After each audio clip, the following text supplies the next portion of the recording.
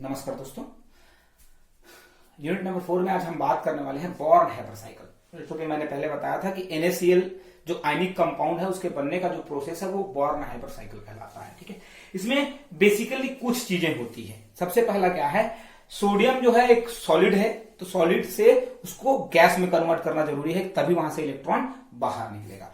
तो जब भी किसी सॉलिड को हम गैस में कन्वर्ट करते हैं तो ऐसा एक फेनोमेना होता है जिसमें सॉलिड को डायरेक्ट गैस में कन्वर्ट किया जाता है। इसको हम लोग सब्लिमेशन कहते हैं। ठीक है, तो सब्लिमेशन इंथैल्पी होगी जिसमें सोडियम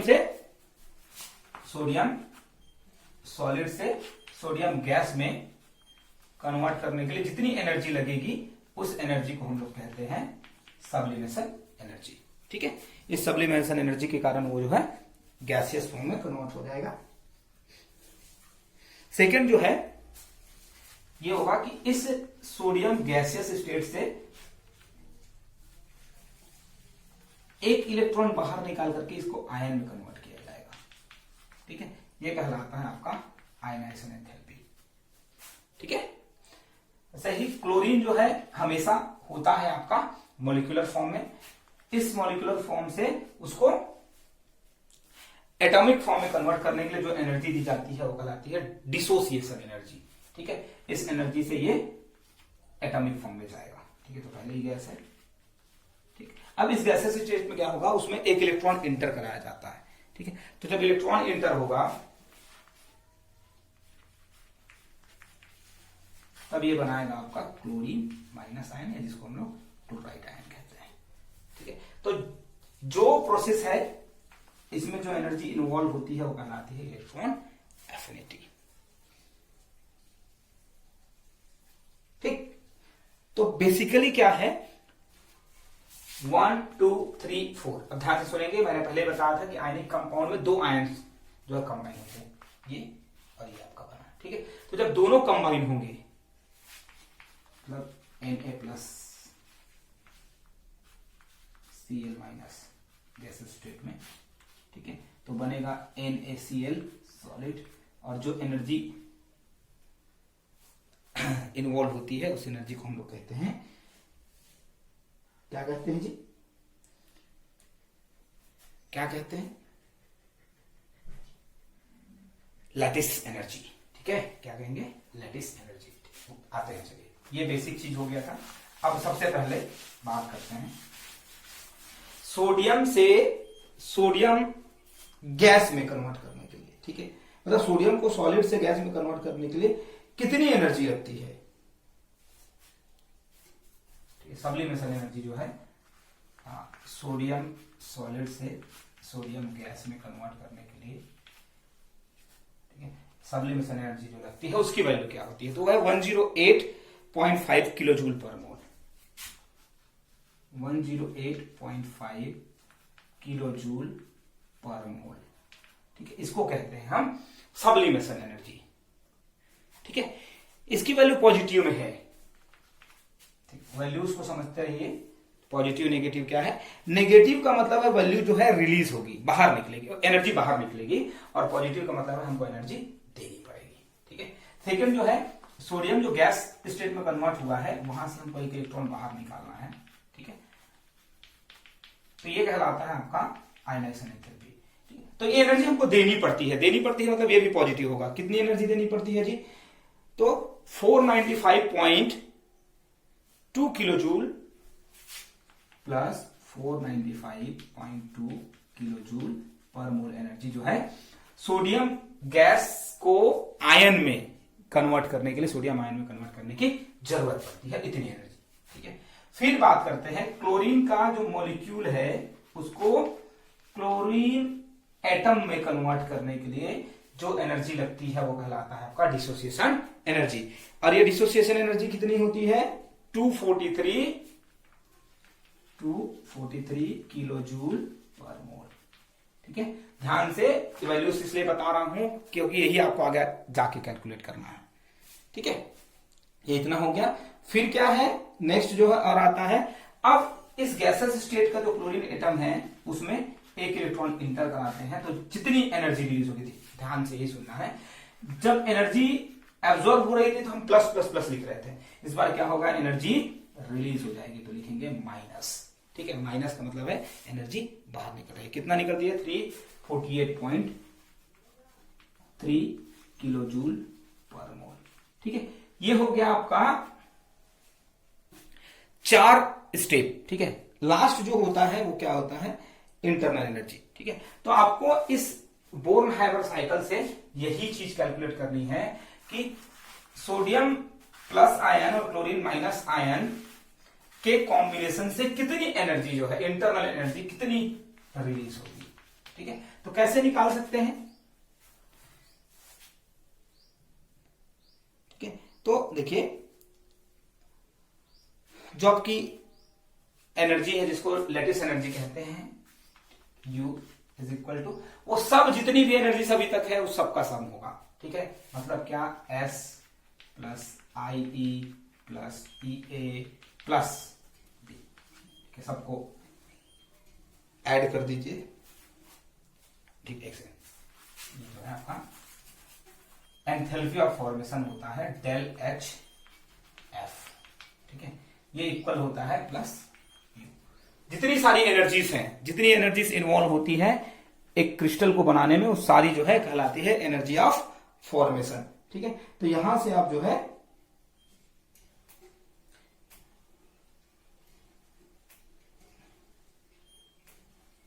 इसको कंटिन्यू कर सकते हैं। ठीक है, अब सबकी वैल्यू को अगर हम पुट कर देंगे, जोड़ देंगे एक साथ, तो जो वैल्यू आएगी वो होगा आपका सोडियम क्लोराइड के बनने के लिए इंटरनल एनर्जी, मतलब उतनी एनर्जी रिलीज होती है जब सोडियम प्लस और क्लोरीन माइनस आयन निकलता है। देखिए पहले एक इसको एक चार्ट के रूप में शो किया गया है ऐसा, ये आपका सोडियम गैस में कन्वर्ट होगा। ठीक है, यहां लिखिए S सब्लिमेशन।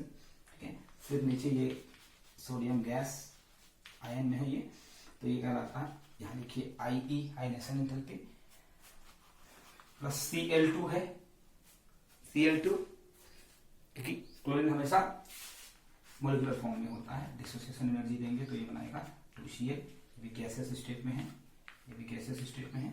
यहाँ इलेक्ट्रॉन इंटर कराया तो ये होगा आपका इलेक्ट्रॉन एफिनिटी और बनाएगा 2Cl माइनस गैसेस स्टेट में ही। ठीक है, अब इन दोनों को अगर हम एक साथ कंबाइन करते हैं, ठीक है, तो बनता है आपका NaCl सॉलिड। ठीक, sublimation enthalpy, ionisation enthalpy, dissociation enthalpy और इलेक्ट्रॉन एफिनिटी, और ये कहलाता है। चलिए चार्ट में देखिए क्या क्या है टोटल, जो यहां पे देखिए दोनों को मिला के जितनी एनर्जी जो है इस प्रोसेस में इन्वॉल्व होती है वो कहलाती है डेल HF। डेल HF मतलब होता है एंथैल्पी ऑफ फॉर्मेशन। ठीक है, किसी भी कंपाउंड के बनने में टोटल जितनी एनर्जी रिलीज होती है या जितनी एनर्जी एब्जॉर्ब होती है, ठीक है, वो कहलाती है आपकी energy of enthalpy of formation. ठीक है, अब देखिए सोडियम प्लस आयन और क्लोरीन माइनस आयन के मिलकर के सोडियम क्लोराइड बनाने से 381.8 किलो जूल पर मोल एनर्जी रिलीज होती है। मतलब क्या हो गया, इतने में एक और वैल्यू ऐड हो जाएगी डेल HF, ये है 381.8 किलो जूल पर मोल। ठीक है, ये एनर्जी। तो अब देखिए जितनी वैल्यूज मिली है, ठीक है, उसको क्या करना है आपको, तो ये देखिए, ठीक है, फॉर्मूला था हमारा del HF is equal to S plus D plus IE plus EA plus U। ठीक है, अब हमको U की वैल्यू निकालनी है, बाकी सबको ट्रांसफर कर दीजिए। क्या हो जाएगा, U is equal to del HF minus S plus D plus IE plus EA। ठीक है, वैल्यू रखते जाइए, माइनस डेल HF की वैल्यू क्या है, माइनस में है, माइनस 383.8। ठीक है, यूनिट नहीं लिखेंगे क्योंकि आखिर में जो आएगा वो किलो जूल पर मोल में ही आएगा, तो उसको स्किप करते जाइए, लास्ट में ही सीधा लिख देंगे, कोई समस्या नहीं होनी चाहिए। ठीक है, फिर डिसोसिएशन एंथैल्पी जो है कितनी है आपकी तो ध्यान से सुनेंगे कि दो हमारे पास जो डिसोसिएशन एंथैल्पी है उसमें दो आयंस बन रहे हैं, ठीक है। अपने को जरूरत है सिर्फ एक की, तो इसको 1/2 कर लेंगे, तो लिखेंगे -s, मतलब जो s की वैल्यू पहले थी प्लस में, अब हो जाएगी माइनस में। कितनी थी? 108.5, तो ये हो जाएगा -108.5, ठीक है। प्लस d जो है हाफ हो जाएगा, क्योंकि दो क्लोरीन माइनस आयन बना है और इंटर कर रहा है सिर्फ एक, ठीक है। ये चीजों को याद रखेंगे, दोनों के लिए डिसोसिएशन एनर्जी जितनी थी वो एक के लिए आधी हो जाएगी।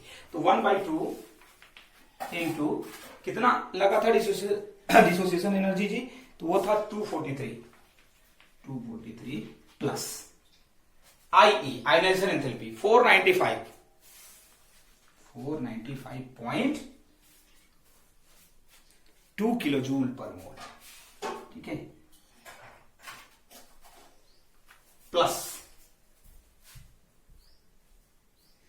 EA इलेक्ट्रॉन एफिनिटी कितनी है?